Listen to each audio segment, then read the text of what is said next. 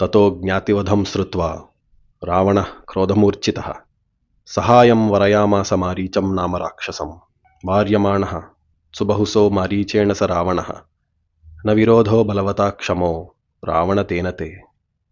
కథలోకి రావణుడొచ్చాడు.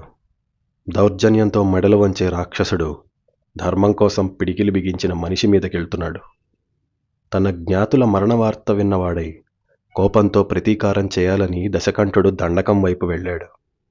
మారీచుడి దగ్గర రాముడి వీరవిహారం విన్నాడు. సుబాహుని చంపిన అదే రాముడు 14,000 మందిని చంపాడని తెలుసుకుని రామలక్ష్మణులు లేని సమయంలో సీతని అపహరిద్దామనుకున్నాడు. అనాదృత్యతు తద్వాక్యం రావణ కాలచోదితః జగామ సహ మారీచ తస్యాస్త్రమపదం తదా తేన మాయావిన దురమపవ్యాహ నృపాత్మజౌ జహార భార్యానాం రామస్య గృద్ధం హత్వా జటాయుషం. ఎవరికన్నా ఎదురెళ్లే రావణుడు ఎవరికీ బెదరని రాముడి జోలికి వెళ్తున్నాడు. ఎంత చెప్పినా వినకుండా మృత్యు ప్రేరేపించిన వాడై రాముడి భార్యని దొంగచాటగా అపహరిద్దామనుకున్నాడు. అడ్డొచ్చిన జటాయువుని చంపి మరీ తన పుష్పకంపై సీతని తన నివాసమైన లంకకి తీసుకెళ్లిపోయాడు.